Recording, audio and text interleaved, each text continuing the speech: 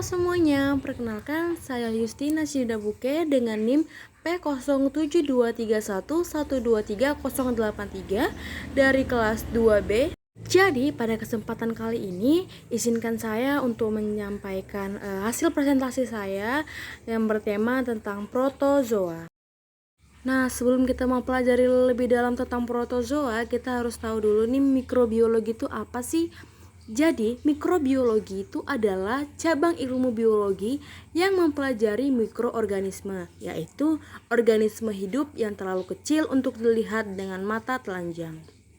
Objek kajiannya meliputi bakteri, jamur, alga mikroskopik, protozoa, dan virus.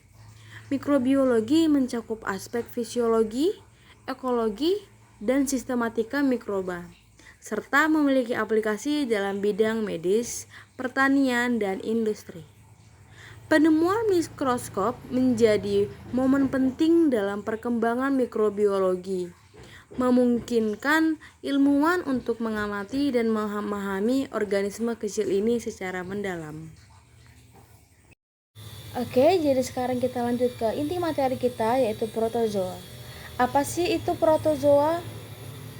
Nah, protozoa berasal dari bahasa Yunani. Yang pertama protos, yang artinya pertama. Yang kedua zoon, yang artinya hewan. Jadi, bila digabungkan memiliki arti hewan pertama. Nah, berikut lebih lengkapnya protozoa, organisme bersel satu. Protozoa adalah eukariota, organisme ditandai dengan memiliki materi herediter yang tertutup dalam inti yang dibatasi oleh membran. Kebanyakan protozoa berukuran mikroskopis, mulai dari ukuran dengan panjang sekitar 0,001 sampai 0,1 mm, tetapi beberapa termaksud amoeba tertentu cukup besar untuk dilihat dengan mata telanjang. Protozoa hidup bebas makan terutama pada organisme mikroskopis seperti bakteri, ragi, alga, dan protozoa lainnya. Beberapa spesies protozoa mengandung klorofil dan mampu membuat makanan mereka sendiri dengan fotosintesis. Banyak protozoa memiliki benda mati dan dengan demikian berguna dalam membuang limbah organik. Berikut ini ciri-ciri dari protozoa. Dan yang kedua yaitu bergerak secara aktif. Beda dengan tumbuhan alga. Kalau tumbuhan alga mereka kan kategori pergerakan yang pasif, khusus yang namanya si kelompok protozoa.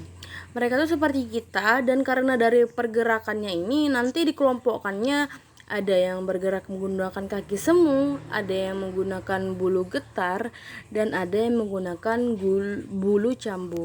Kira-kira seperti itu, jadi dia bergerak secara aktif. Dan yang ciri ketiga yaitu pastinya adalah heterotrof.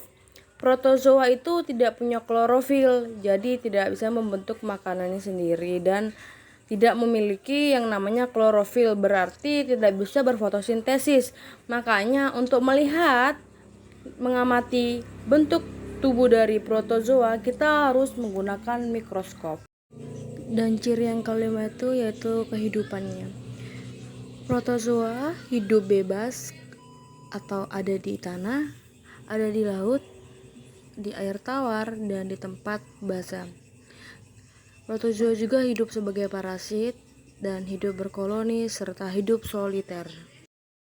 Kemudian berdasarkan pengelompokan protozoa berdasarkan alat geraknya, yang pertama Rhizopoda atau Sarcodina, yaitu bergerak dengan kaki semu atau Pseudopodia.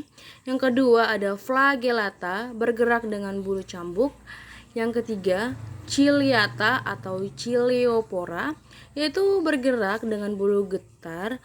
Dan yang keempat adalah Sporozoa, tidak memiliki alat gerak.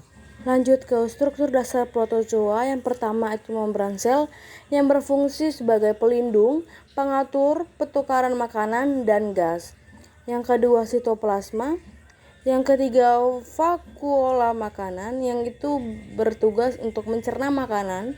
Dan yang keempat ada vakuola kontraktil, itu mengeluarkan sisa makanan yang cair melalui membran sel atau secara kontraksi, serta mengatur kadar air dalam sel atau osmoregulator. Dan yang terakhir ada inti sel, yaitu untuk mengatur aktivitas sel. Dan protozoa sendiri memiliki peran dalam makanan. Protozoa berperan penting dalam ekosistem makanan, terutama dalam lingkungan akuatik. Mereka berfungsi sebagai pengendalian populasi bakteri. Protozoa memakan bakteri, membantu menjaga keseimbangan ekosistem. Peran yang kedua itu adalah sumber makanan. Protozoa menjadi makanan bagi berbagai organisme, termasuk ikan dan udang, yang memiliki nilai ekonomi. Peran yang ketiga yaitu proses dekomposisi.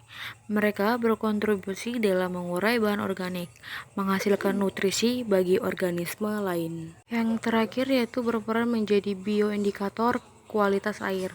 Kehadiran protozoa dapat menunjukkan kondisi kesehatan ekosistem udara. Baik, kita sudah di penghujung materi. Saya mengucapkan terima kasih kepada yang sudah menonton. Mohon maaf jika apabila ada kesalahan kata dan ucapan. Semoga apa yang saya sampaikan dapat bermanfaat untuk kita semua. Terima kasih.